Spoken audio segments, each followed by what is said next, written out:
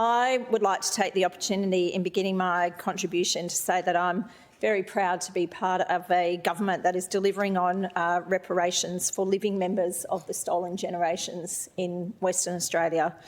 And reconciliation in our state and across our country has never been more important.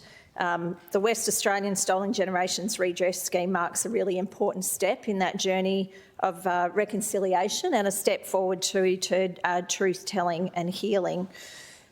This scheme acknowledges the deep pain and suffering that was caused by the forced removal of Aboriginal children from their families, a policy that remains one of the most sorrowful and shameful chapters in our state's history. It was an era that inflicted lasting damage on individuals, families and entire communities, and its impacts continue to be felt and experienced today through cycles of disadvantage and intergenerational trauma. My own profession of social work has its own reckoning to do in regards to its participation in these practices, and for those of us who came much after these practices had ceased, we bore witness to the ongoing trauma, the intergenerational trauma that those policies and procedures had created. And so this redress scheme recognises that enduring harm caused by these actions and aims to provide a measure, and just a measure, of justice and dignity to those survivors. It also stands as a broader commitment by the state to walk alongside Aboriginal people in healing, rebuilding trust and ensuring that such injustices are never to be repeated.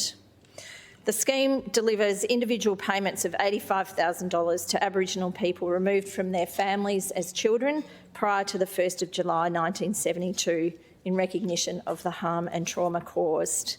Shannon Dodson, the CEO of the Healing Foundation, an Aboriginal and Torres Strait Islander organisation working with communities to address the ongoing trauma caused by forced removal, said at the time the scheme was announced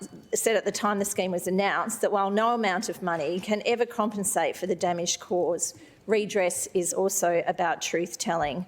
And I quote, "What we have heard from survivors is that redress is a way of validating their experience. It's not just about the money, it's also that acknowledgement that these past policies have been destructive and that it has caused pain and trauma. And that's why the scheme really needs to be not just about the money, but also about what are the supports that are in place for survivors to be able to tell their story."